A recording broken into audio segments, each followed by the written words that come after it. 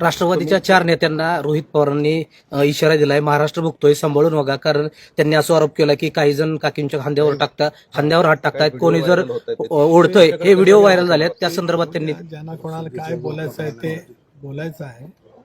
एक बाब नक्की आहे की आम्ही निर्णय घेतल्यावर किंवा त्याच्या आधी कोण कुठे काय काय करत होतं, किती दादांच्यावरती प्रखर शहरी टीका करत होते, हे महाराष्ट्राने सुद्धा अनुभवलेलं आहे. काही नवीन नाही.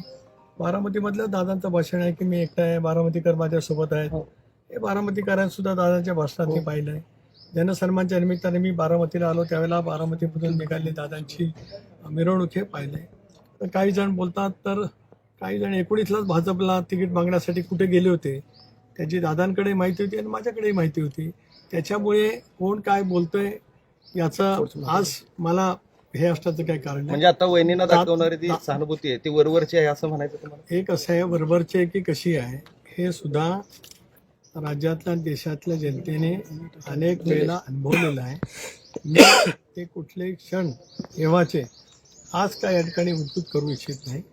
पण गेल्या अनेक वर्षात मी माझ्या परवाच्याच बहिणीने अध्यक्षपदाची सूत्र हातामध्ये घेतली त्यावेळेपासून म्हणजे 25 सप्टेंबर दादांनी 2012 राजीनामा दिला. तर मला सकाळी बोलवलं, मला सांगितलं मी राजीनामा देणार. मी माझ्या भाषणात बोललो, एक जवळीक विश्वास दादांसारख्या लोकत्व नेतृत्वाचं संपादन करणं ही सुद्धा माझ्या जीवनातली कसोटी होती.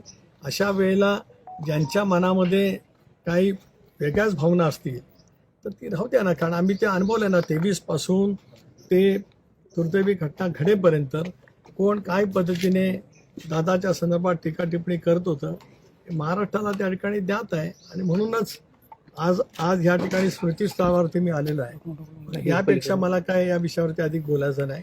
ज्या वेळेला बोलण्याचा प्रसंग येईल त्याच्या वेळेला नक्कीच माझ्याकडे सुद्धा खूप माहिती आहे ना. नाही असेल कशा अनेक क्षण माहिती मांडण्यापेक्षा अनेक क्षणांचा अनेक घटनांचा मी साक्षीदार आहे. राष्ट्रवादी काँग्रेस पक्षाच्या गेल्या 26 वर्षाच्या वाटचालीमध्ये मला सारा गोष्टी याद आहे. तुम्ही स्मृतीस्थळावरती आज आलेला आहात.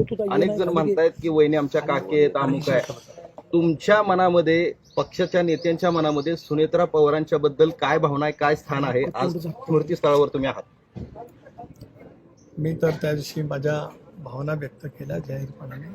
माझ्या भावना ह्याच आहेत की म्हणत मी सांगितलं की मी राजधर्म पाळला, मी धर्मशास्त्र पाळलं. दादांना सावलीसारखी साथ वहिनीने आयुष्यभरामध्ये दिली. त्यामुळे दादा आहेत. दादांची बरोबरी कोण करणार नाही. पण दादांच्या विचारावरती त्याच पद्धतीने मार्गक्रमण करण्याचा आणि विशेष करून एक कुटुंब म्हणून सर्वांना सावरण्याचं, धीर देण्याचं, धीरोदात्त पद्धतीने स्वतःवरती प्रसंग आलेला असताना बहिणी ज्या पद्धतीने करतात, आम्हाला सर्वांनाच बहिणी ह्या दादांच्याच ठिकाणी आहेत. आम्ही त्याच पद्धतीने मानतो आहोत. आमच्या भावना त्याच आहेत आणि ह्या आजच आहेत अशातला नव्हे, तर गेल्या अनेक वर्षामध्ये आम्ही त्याच आपुलकीतून किंवा त्याच नात्यातून बहिणींच्याकडे अनेक वेळेला त्यांचं क्रीडा, सामाजिक, वेगवेगळ्या क्षेत्रातलं, स्वच्छतेमध्ये त्यांनी घेतलेलं काम, या सगळ्या परिसरातलं त्यांनी उभं केलेलं विश्व, याची सुद्धा अनेक वेळेला त्यांच्याकडनं माहिती घेऊन आम्ही आमच्याकडे करण्याचा तो प्रयत्न करत आलो.